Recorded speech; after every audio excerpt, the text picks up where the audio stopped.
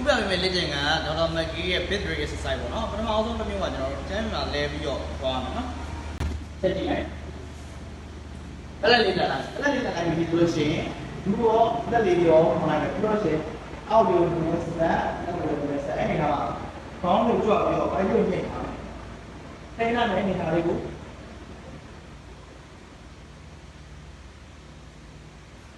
အဲ့ဒီဒီမားလေးကိုနည်းနည်းကြွတာလို့နော်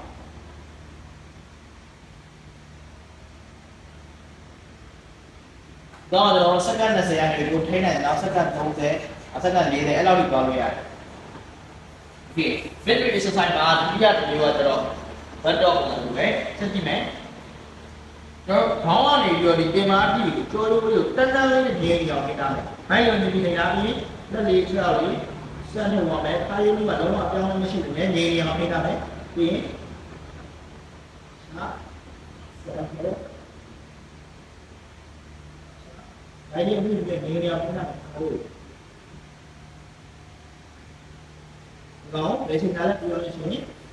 ညာရှင်းပြလိုက်အဲ့ဒီနေနေအောင်ပြန်ထားမယ်အဲ့ဒီပြန်ပြီးတော့နေနေအောင်ပြန်ထားမယ်နောက်တော့တစ်ဖက်ကို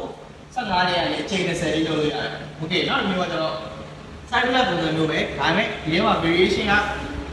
ကျွန်တော်ဒီပြင်မာပေးက gloomy ဆိုရဲကြွက်သားပါပါအောင်လို့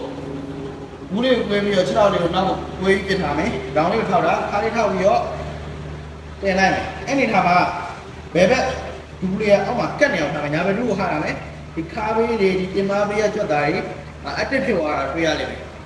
အဲ့ဒါလေးငြိမ်ပြီးတော့ကို45စက္ကန့်လောက်10မိနစ်လောက်ထိသွားလို့ရတယ်။နော်။အဲ့တော့ကျွန်တော်တို့ဘယ်ပြီးညာပါတော့။အဲ့ဒါလို့ရှိရင်ကျွန်တော်အခုဆော့ပြသွားတာဒေါက်တာမက်ဂီရဲ့ Bit3 exercise ဖြစ်တဲ့ဒီဒီကျော်ခါယူပေးထားပတ်လေရထွက်သွားတဲ့ဘုံလုံးတန်မှာ